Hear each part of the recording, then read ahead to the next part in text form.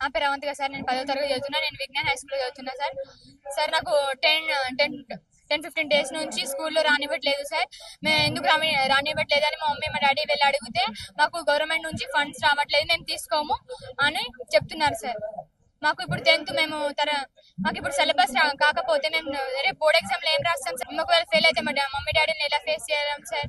వాళ్ళని అడిగితే వాళ్ళేమంటారు, మీరు మాకు ఏం చెప్పకండి, మీరేమైనా మాట్లాడేది ఉంటే వెళ్ళి గవర్నమెంట్ అడగండి, కలెక్టర్ని అడగండి, పెద్ద పెద్ద వాళ్ళని అడగండి, వాళ్ళు ఫండ్స్ ఇస్తేనే మేము తీసుకుంటాం, లేకపోతే మేము తీసుకోము సార్ అంటున్నాను సార్.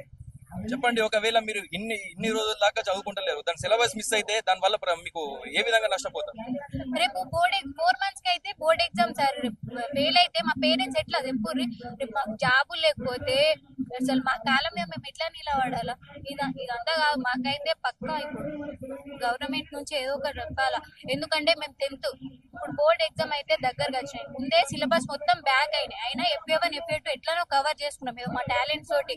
ఇప్పుడేమో పేరెంట్స్ ఏమో అసలు 10 days నుంచి అంటే మొత్తం 3-4 days నుంచి 2 days కి 3 days కి ఇట్లా ధర్నా వేసుకుంటేనే అయినా ఎవరు పట్టించుకుంటలేరు. మేము ఎట్లా సార్? స్టడీ మొత్తం బ్యాక్ అయింది. ఇప్పటికే 10th అంటే అసలు బోర్డ్ ఎగ్జామ్స్ 4 months సిలబస్ కూడా ఇంకా కంప్లీట్ కూడా వాళ్ళు చెప్పే స్టడీకి అర్థం కూడా కావట్లే మాకు, అయినా అర్థం చేసుకుంటున్నాం.